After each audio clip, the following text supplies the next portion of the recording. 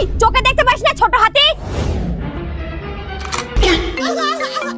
Hello, কে ভাই? কি বলছো? আমি এক্ষুনি বাড়ি যাচ্ছি।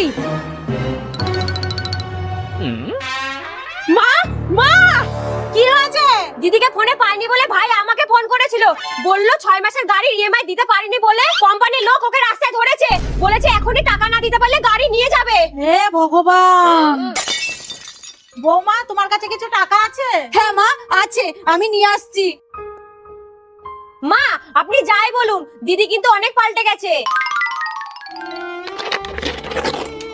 মা, হাত পাতুন। আরে পাগল, 18,000 টাকা লাগবে। বৌমা, তোমার কাছে আছে?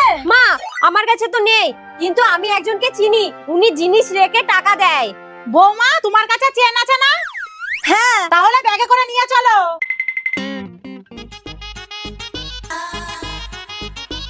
এই যে এই বাড়িটা।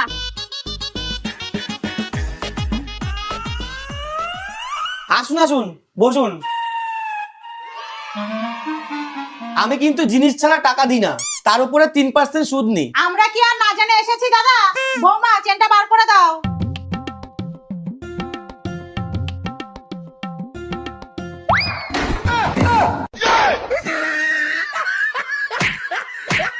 বেরোন এখান থেকে।